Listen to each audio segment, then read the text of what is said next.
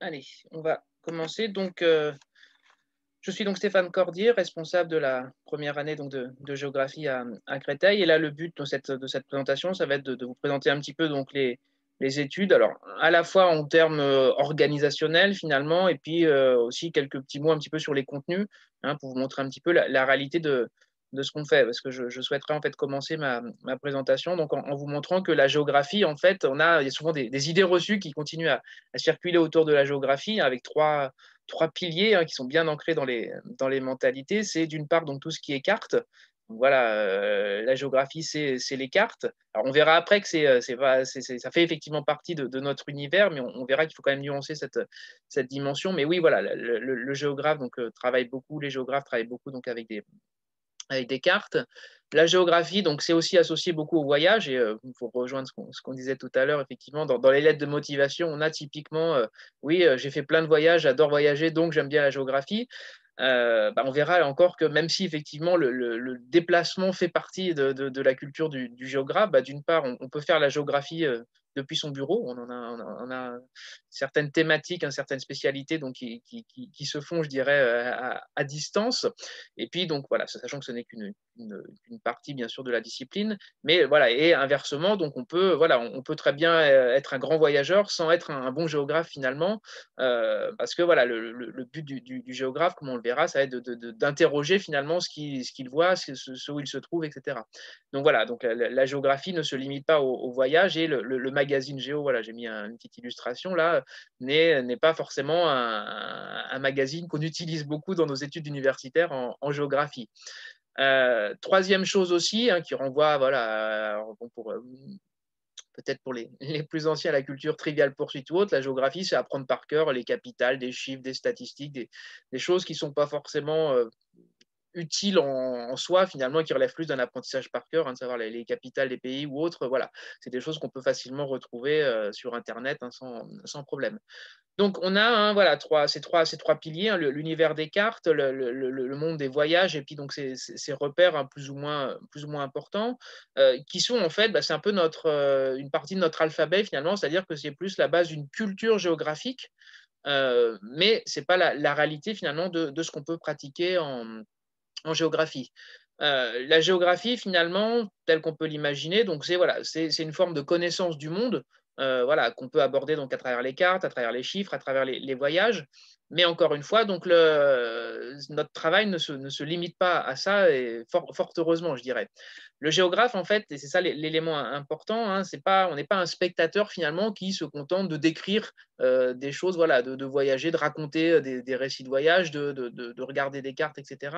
On est en fait des acteurs impliqués dans la vraie vie, j'ai envie de dire. Donc, il y a beaucoup de choses qui se font en recherche, hein. L'occasion pour moi de rappeler qu'à l'université, donc les enseignants sont quasiment tous des enseignants-chercheurs, c'est-à-dire que la moitié de notre temps, finalement, est consacré donc à des activités de recherche sur des thématiques que j'aborderai après. On trouve aussi des géographes dans tout le domaine de la gestion des risques, au sens très très large du terme. Donc là encore, j'en reparlerai, mais donc c'est des choses bien évidemment qui renvoient à la vraie vie, hein, que de regarder l'actualité, hein. On parle encore à nouveau là d'inondations, on en a eu récemment, et sans parler de toutes les autres catastrophes qui surviennent malheureusement régulièrement. Les géographes donc travaillent aussi beaucoup dans le monde de l'archéologie. Il y a des partenariats qui sont faits avec les archéologues.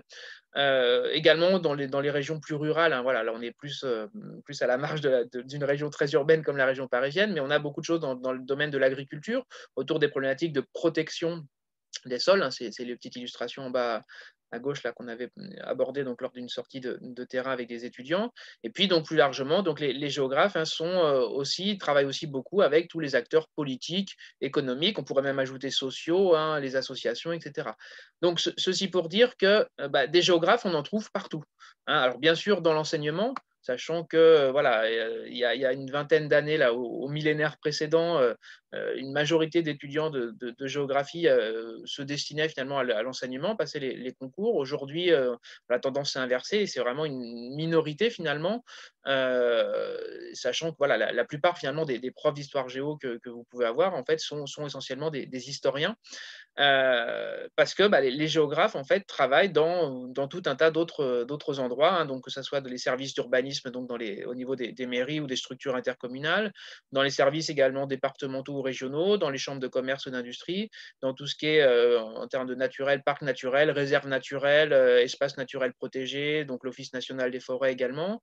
Dans le domaine de la santé, qui est plein d'actualités aussi dans les agences d'hospitalisation, à l'INSERM par exemple aussi, dans les agences de l'eau, pour tout ce qui est autour de la gestion de l'eau et plus largement dans toutes les grandes entreprises privées, de la banque, de l'assurance, de la distribution, du transport, de la logistique. Donc voilà, on trouve finalement des géographes partout, sans oublier, d'ailleurs je l'ai pas indiqué, mais aussi des géographes qui travaillent à leur compte, entre guillemets, dans des bureaux d'études. Donc c'est vraiment un métier finalement assez difficile en soi à définir parce que vous pouvez aisément, je pense, concevoir que voilà, quelqu'un qui enseigne la géographie ne fera pas le même métier que quelqu'un qui va travailler dans un bureau d'études ou dans un parc naturel, et cetera. Même si, voilà, on a tous en commun finalement, et c'est ce qui fonde la géographie finalement, d'étudier l'aspect spatial finalement des phénomènes, donc des dynamiques qui s'expriment donc à la surface de la Terre. Donc voilà un petit peu les fondements finalement de ce que peut être donc cette géographie. Et vous voyez encore une fois la diversité des débouchés qui est finalement, alors qui peut paraître un peu un inconvénient dans la mesure où c'est pas, voilà, les études en géographie ne sont pas un long fleuve tranquille parce que il y a des choix à faire, notamment en fin de licence, sachant que, je vous rassure tout de suite, ces choix se font spontanément par affinité parce qu'on préfère telle ou telle thématique. Et puis voilà, encore une fois, et je pense que vous serez convaincus par ce propos, on est vraiment plus dans une démarche, voilà, cette diversité apparaît plus pour nous comme richesse qui permet finalement à nos étudiants, en fonction encore une fois de leurs affinités et puis des réseaux qui vont pouvoir se mettre en place dans leurs études, etc., de continuer dans telle ou telle thématique et de trouver du travail finalement un petit peu partout.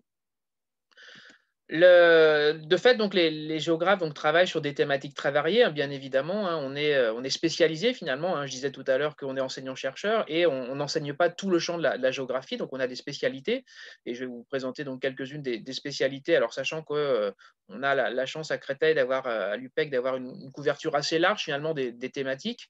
Mais voilà, disons que ce que je vais vous présenter là finalement est assez représentatif de ce qu'on peut retrouver dans d'autres universités. Donc, on a tout un pôle déjà autour de la géographie sociale, qui est un petit peu héritière de la géographie humaine qui existe depuis longtemps, autour de l'étude des populations, des dynamiques démographiques, des problématiques de vieillissement, etc. Là, la géographie sociale complète finalement cette démarche en travaillant sur tous les phénomènes de société, quels qu'ils soient, qui ont dans leur expression spatiale. Donc, ça peut être par exemple les inégalités, que ce soit à l'échelle globale ou à l'échelle d'une ville, finalement, entre une ville et ses banlieues, une géographie des mouvements sociaux, une géographie des pratiques également. On parlait tout à l'heure du skateboard, par exemple. Il y aurait des choses à faire sur voilà, la géographie sociale autour d'une pratique finalement sportive, culturelle. Voilà, donc on a aussi beaucoup sur la géographie du genre, finalement, qui est un sujet qui émerge depuis quelques années, fort heureusement. Donc voilà, on a donc toute une thématique donc, qui s'intéresse finalement aux dynamiques des sociétés, avec donc, encore une fois, on n'est pas les géographes qui font dans la géographie sociale, donc ne sont pas sociologues. Ils abordent vraiment ça sous un angle spatial, ce qui ne veut pas dire, bien sûr, qu'il n'y a pas de rapprochement avec la sociologie, par exemple.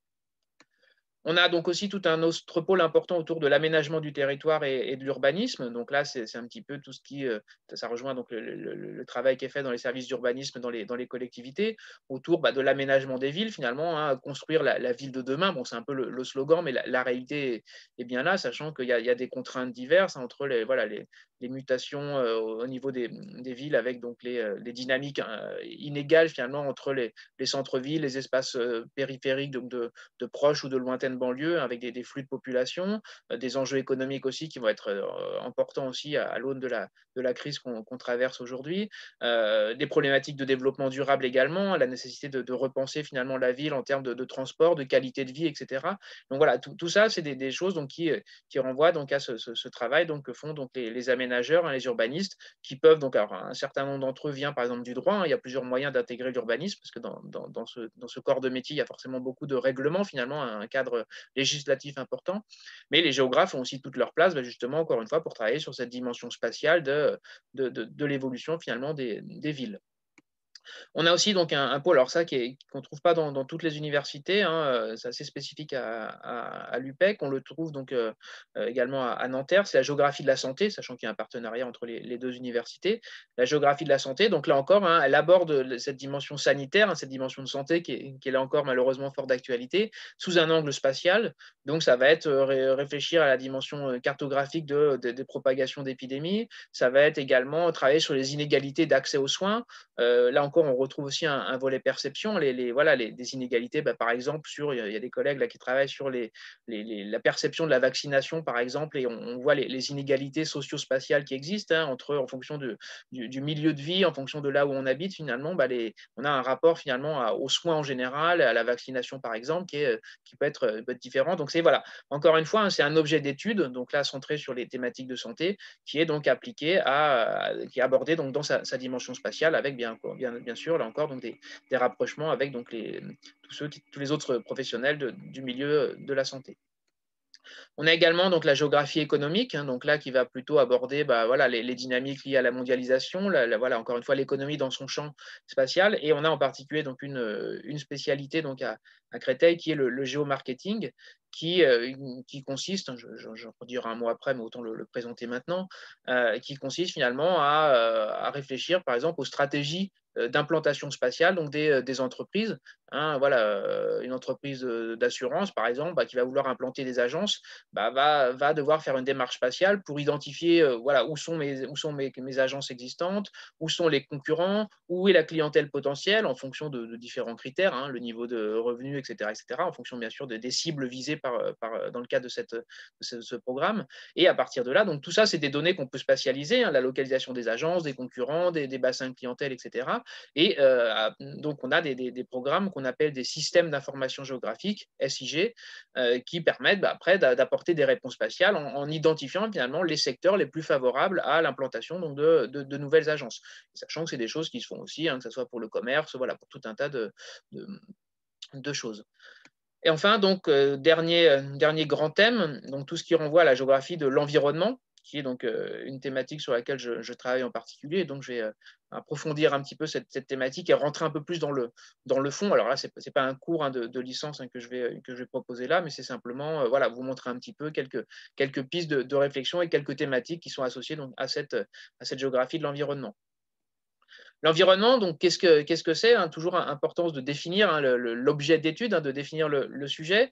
Donc, l'environnement, il y a deux grandes composantes, en fait. Donc, la première composante, c'est tout ce qui existe avant les sociétés humaines, finalement. Donc, c'est tout ce qui renvoie à l'eau, hein, sous toutes ses formes. Hein, voilà, l'eau des mers, des rivières, des lacs, des réserves souterraines, des glaciers, des nuages, etc. Il y a également donc les roches, hein, qui sont la partie solide sur laquelle tout est implanté, hein, toutes les activités humaines sont implantées. Il y a également donc la végétation, donc voilà, qu'on trouve sous différentes formes. Hein, voilà, vous avez la photo qui l'illustre. Et puis, dernière composante aussi qui est importante, hein, c'est l'atmosphère finalement, hein, sans laquelle il n'y a pas de vie sur Terre. Et bien évidemment, on est obligé de la prendre en considération, surtout que dans l'atmosphère, c'est là où il y a tous les éléments liés, par exemple, au changement climatique. Hein. Quand on parle du climat, c'est bien ce qui se passe dans l'air en premier chef. Donc ça, voilà, tous ces éléments-là, en fait, c'est ce qu'on appelle généralement, hein, la nature, que je mets entre guillemets, parce que bien souvent, donc, cette nature, elle n'est pas tout à fait naturelle, hein, et de fait, donc, on a des actions humaines qui vont donc modifier très fréquemment, hein, la nature. Je parlais à l'instant du changement climatique, la végétation, hein, que vous avez sur cette photo à l'arrière-plan à gauche, là, c'est un parc, hein, finalement, donc avec une végétation totalement artificielle, même si quand on se promène dedans, on a l'impression, hein, c'est comme quand on est dans le bois de Vincennes ou la forêt de Fontainebleau, qu'on est dans la nature. En réalité, c'est une nature très, très aménagée. Donc, l'environnement, finalement, c'est cette idée qu'on a donc cette nature, hein, avec ces grandes composantes que je viens de présenter, hein, l'eau, les roches, l'air, la végétation. Et donc, cette nature donc, va être influencée par les actions humaines, les sociétés humaines. Et en retour, donc, la nature va aussi pouvoir influencer les sociétés humaines à travers notamment la thématique que j'évoquais tout à l'heure, donc des risques naturels. Hein, on a tout un ensemble de phénomènes, hein, qui sont illustrés par ces photos, hein, de mouvements de terrain, d'éruptions volcaniques, d'inondations, donc qui qui montre que, bah voilà, et on pourrait rajouter d'ailleurs hein, à une autre échelle, mais la crise sanitaire dans laquelle on est finalement, les sociétés humaines ne contrôlent pas tout ce qui se passe sur Terre. Il y a encore un certain nombre de choses qu'on n'est pas prêt de contrôler.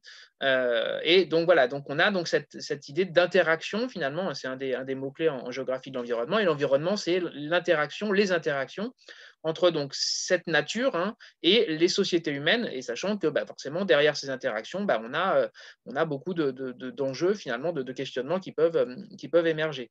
Et l'idée donc à partir de là, et c'est notre trame donc dans le cadre de cette géographie de l'environnement telle qu'on la pratique en général et à l'UPEC bien sûr, c'est donc l'idée qu'on doit donc connaître les dynamiques naturelles, les phénomènes naturels. Donc là, c'est par exemple comprendre comment fonctionne une rivière qui peut donc déborder et provoquer donc entrer en crue et donc provoquer une inondation. Donc savoir comment fonctionne donc une rivière, un volcan, comment fonctionne le climat, comment fonctionnent des paysages végétaux, etc., etc. Et à partir de là, donc, une fois qu'on a cette connaissance, donc on passe dans une démarche de gestion hein, qui permet bah, de concilier dans la mesure du possible les dynamiques naturelles et les dynamiques humaines en termes bah, notamment d'extension, de développement des villes, des villages, etc. Et là, donc, vous avez une carte hein, qui illustre finalement concrètement là où on peut construire ou pas des nouvelles constructions en tenant compte donc, du risque lié aux inondations donc, de cette rivière donc, qui est la Somme donc, dans le nord de la France. Donc, on est dans ces démarches, donc et c'est vraiment sur ça qu'on axe notre formation, finalement, la connaissance des dynamiques, parce que, encore une fois, bah, si on ne sait pas comment fonctionne un cours d'eau, bah, c'est dur de travailler sur le risque inondation. Donc, comment fonctionnent donc, les paysages, finalement, et comment donc, ils interagissent avec les sociétés humaines donc, pour ensuite se placer dans une démarche donc, de gestion. Donc voilà, on est vraiment hein, à l'articulation. Hein, la géographie, hein, c'est géographie décrire la Terre. Hein, voilà, on décrit ce qui se passe donc à la surface du globe avec ces deux grandes composantes, donc la Terre d'une part, notre planète, et les sociétés humaines d'autre part. Donc voilà hein, pour ce petit aperçu donc, de ce qu'on fait en sciences de l'environnement, sachant que bien évidemment, on rentre beaucoup plus dans le détail, tout simplement parce que, hein, et ça rejoint à la fois ce que j'ai dit en préambule et ce sur quoi je vais revenir après, le but de la formation, finalement, c'est pas simplement de donner des connaissances, hein, comme on peut le faire dans le secondaire, c'est pas non plus seulement de donner un diplôme, même si bien sûr ça fait partie du jeu, mais le but c'est que le diplôme serve à quelque chose. Et donc derrière finalement tous les enseignements que vous avez, donc alors, bien sûr il y a des enseignements qu'on va pouvoir appeler encore de culture générale finalement, notamment en première année, parce qu'il faut compléter un petit peu le bagage de nos nouveaux étudiants.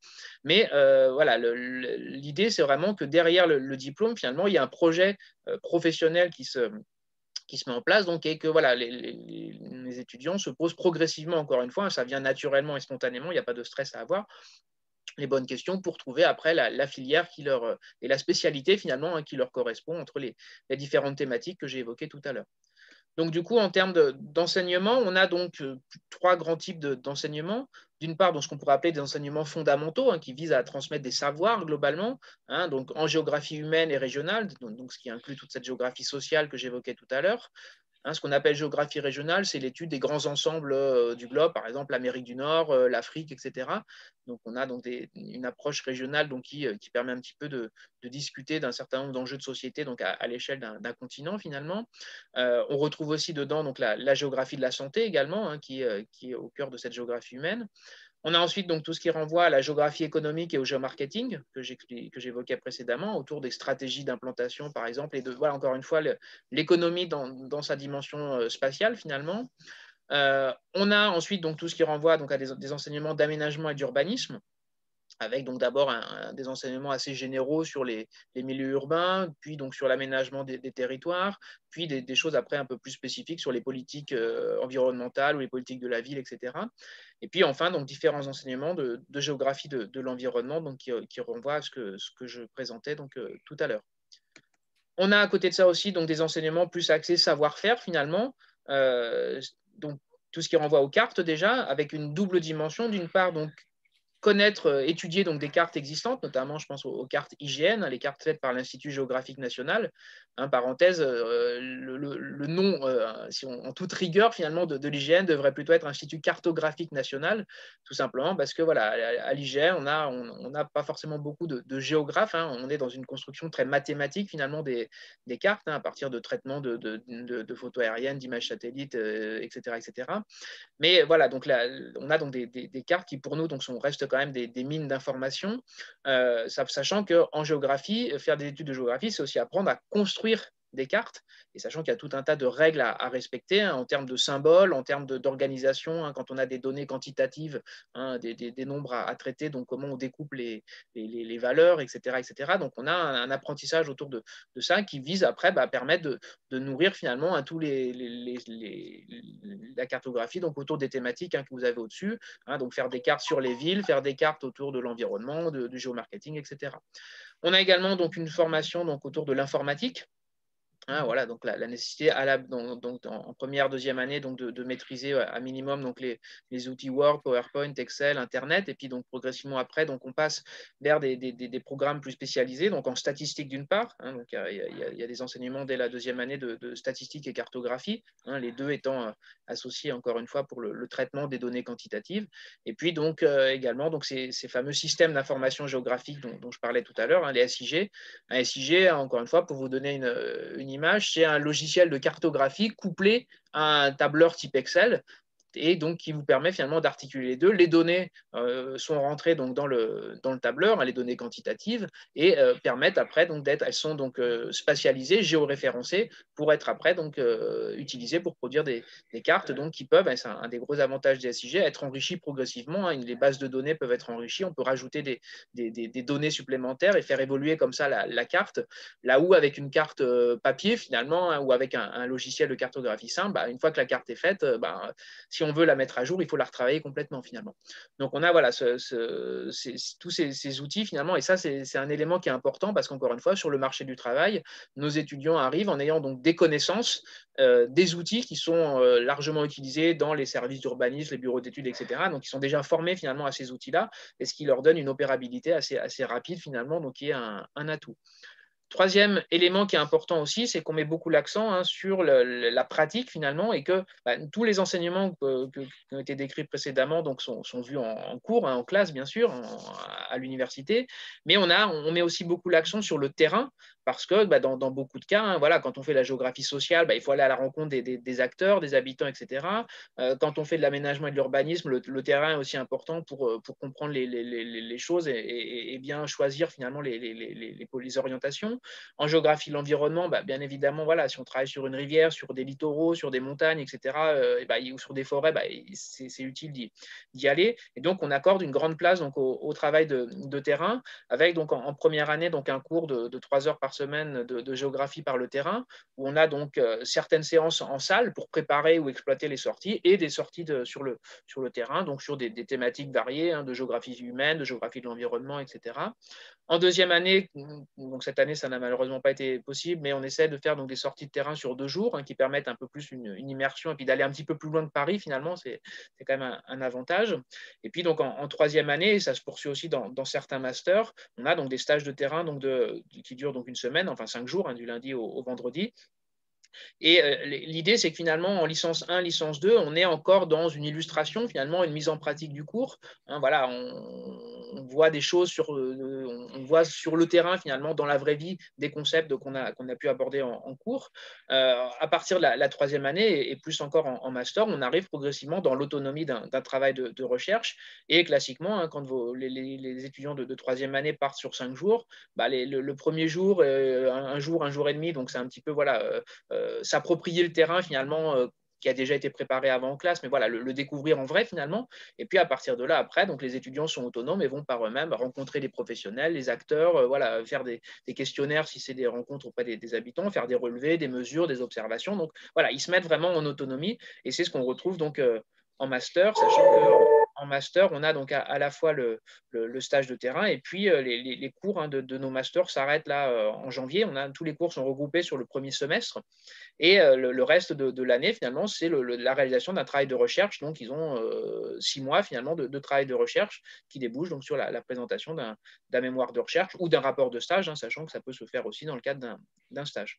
Donc, voilà, ceci pour vous montrer donc, la place importante qu'on donne au terrain et qui est d'ailleurs, alors voilà, encore une fois, on est dans le contexte sanitaire actuel, donc c'est un petit peu plus difficile, même si on essaye toujours, tant qu'on n'est pas confiné, finalement, voilà, il y a toujours des petites sorties de terrain qui sont prévues, sachant qu'elles restent au plus proche finalement des lieux de nos étudiants.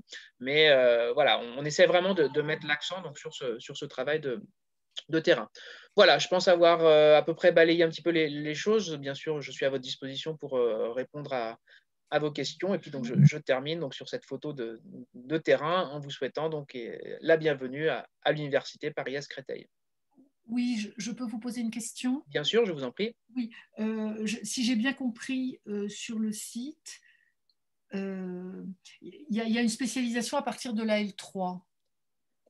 Alors, la spécialisation, alors tout à fait. En fait, donc la première année, c'est une année qui reste encore assez générale. Il y a beaucoup d'enseignements, enfin, il y a des enseignements hors géographie aussi, tout simplement parce qu'il y a un certain nombre d'étudiants qui ont besoin de découvrir aussi les différentes disciplines avant de faire leur choix. La deuxième année, donc c'est une année qui est très très géographique, mais avec un gros tronc commun effectivement. Voilà, on a une promo finalement. À partir de la troisième année, on a déjà des choix qui sont faits, sachant que c'est très progressif. 80% des enseignements restent communs. Donc voilà, on a toujours cette promo-là, mais l'idée, c'est en fait de préparer la spécialisation en master sous la forme donc d'enseignement de renforcement finalement. Voilà, des étudiants qui auraient plus envie de faire de la géographie économique et du géomarketing vont suivre un renforcement dans cette direction-là. D'autres vont se renforcer plutôt en géographie sociale, d'autres en géographie de l'environnement. Donc on a des renforcements, sachant que, et j'insiste bien là-dessus, ça ne ferme aucune porte après sur le master. Si un étudiant, par exemple, choisit le renforcement en géographie de l'environnement et après veut candidater à un master de géographie sociale, s'il est motivé, s'il a un bon dossier, etc., il n'y a pas de raison non plus qu'on le bloque, surtout qu'on connaît nos étudiants finalement en troisième année. Et alors bien sûr, je parle de nos masters, mais voilà, si les étudiants veulent candidater ailleurs, voilà, ils seront évalués sur leur dossier, sachant que sortant avec une licence, ils ont vocation à pouvoir accéder à beaucoup de masters. Il n'y a pas d'inquiétude par rapport à ça. Mais voilà, j'insiste sur le fait que ces choix n'enferment pas.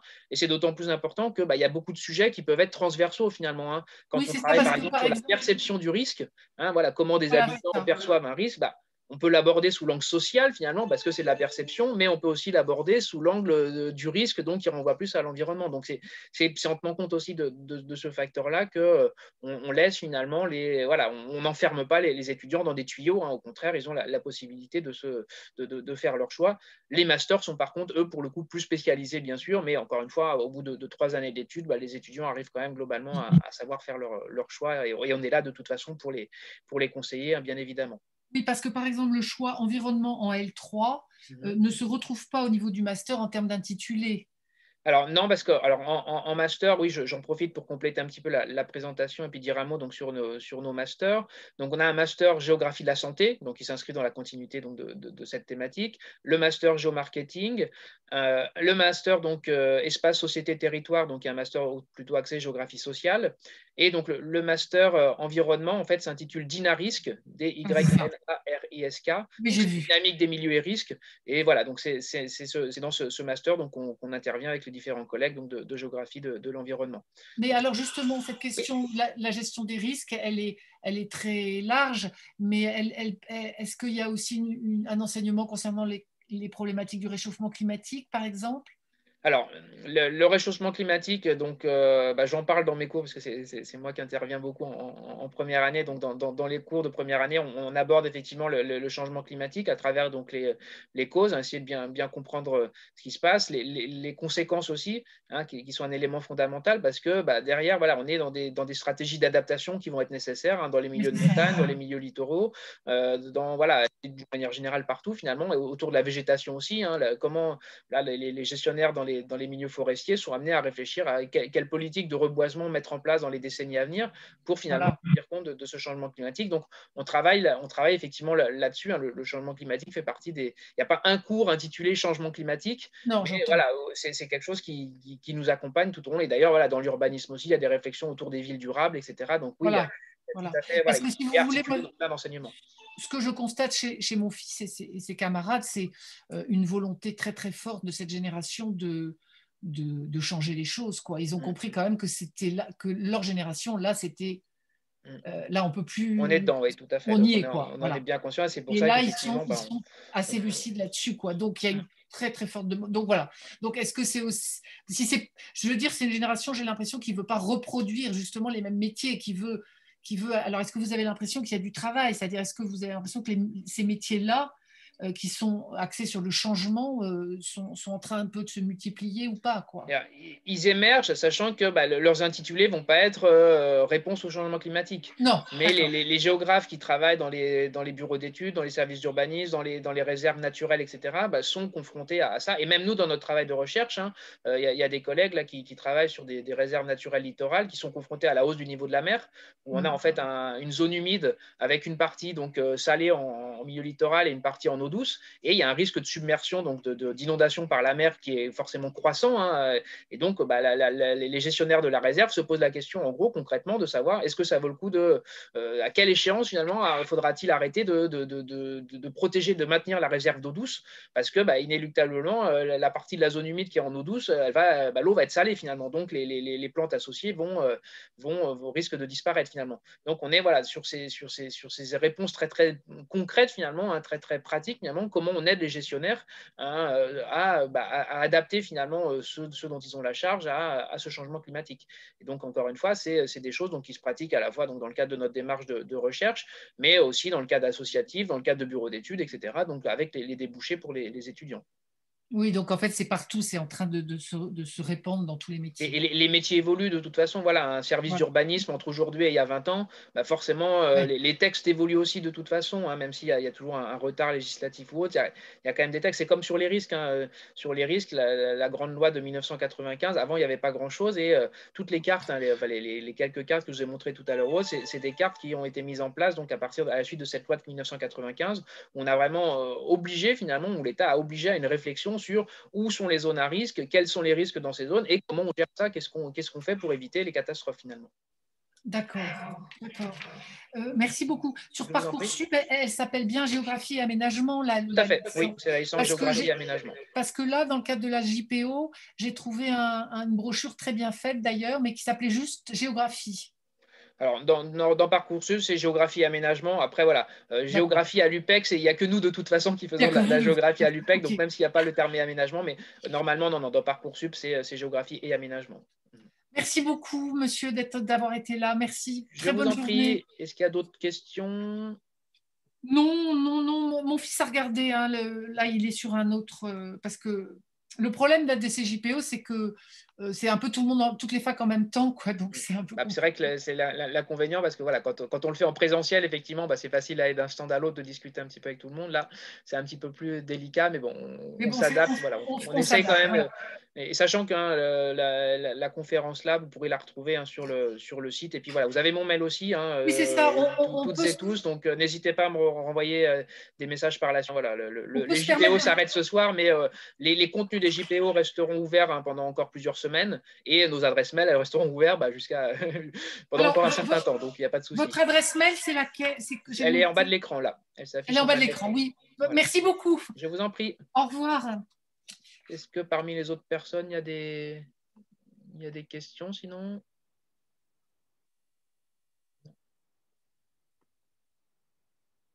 Alors,